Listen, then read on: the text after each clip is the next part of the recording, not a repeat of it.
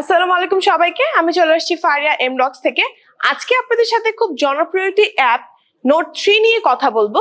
তো আমরা যখনই নোট 3 অ্যাপ্লিকেশনটা ওপেন করে ফেলি, যে অপশন নিয়ে কথা বলবো সেই অপশনটা হচ্ছে এখানে আছে, সেটা হচ্ছে প্রিন্ট অ্যান্ড মোড। তো এই ইন্টারফেসে আমি কোনো একটা ক্লাস করিয়েছি বা কোনো কিছু লিখেছি, সেটা আমি এখন প্রিন্ট করতে যাচ্ছি। সেই ক্ষেত্রে কিন্তু আমি এখান থেকে এটা প্রিন্ট অপশনে গিয়ে যদি প্রিন্টার লাগানো থাকে, আমি কিন্তু আমার মোডগুলো সিলেক্ট করে আমি কিভাবে প্রিন্ট করতে যাচ্ছি সবকিছু সিলেক্ট করে আমি যদি প্রিন্ট অপশনটা ক্লিক করে দেই, সেখানে কিন্তু এটা প্রিন্ট হয়ে যাবে।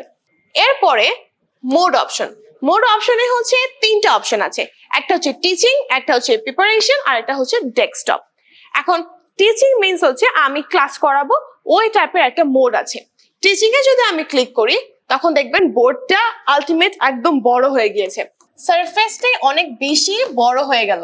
সারফেসটা বড় হওয়ার কারণে কিন্তু আমার আরো অনেক বেশি হেল্প হচ্ছে যে আমি খুব ভালো মতো ক্লাস করাতে পারবো এন্ড একদম সাইড পর্যন্ত যেতে পারবো।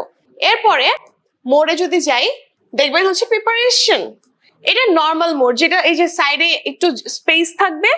যখন আপনি এই প্রিপারেশন মোডটা ক্লিক করবেন তখন বোর্ডটা ছোট হয়ে যাবে এবং উপরে আপনি এই অপশনগুলো পাবেন, ক্রস করার অপশনগুলো, মিনিমাইজের অপশনগুলো কিন্তু আপনারা পেয়ে যাবেন।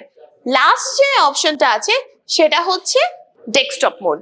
ডেস্কটপ মোডে ক্লিক করার পরে আমাকে ডিরেক্টলি ডেস্কটপে নিয়ে আসবে, কিন্তু এটা নোট 3 আন্ডারে। এখানে কিন্তু দেখবেন যে অপশন আছে। এখন আমি চাইলে ডেস্কটপের উপরেই আমি কিন্তু লিখতে পারবো, চাইলে আমি এটাকে সেভও করতে পারবো, চাইলে এটাকে আমি ইম্পোর্টও করতে পারবো, এক্সপোর্টও করতে পারবো। তো আপনি চাচ্ছেন যে আপনি আপনার স্টুডেন্টসদেরকে ডেস্কটপ সাইডে কিছু দেখাতে চাচ্ছেন বা ডেস্কটপে কিছু লিখতে চাচ্ছেন, লাইক লিখে বুঝাতে যাচ্ছেন, সেক্ষেত্রে কিন্তু আপনি এই অপশনটা ইউজ করতে পারেন আর খুব ইজিলি আপনি আবার আপনার নোট 3 তে কিন্তু ব্যাক করতে পারবেন। এই ছিল আমাদের আজকের ভিডিও। আপনি আপনার এই নোট 3 অ্যাপ্লিকেশনের যে বোর্ডটা, সেটা কত টাইপে আপনি ব্যবহার করতে পারবেন।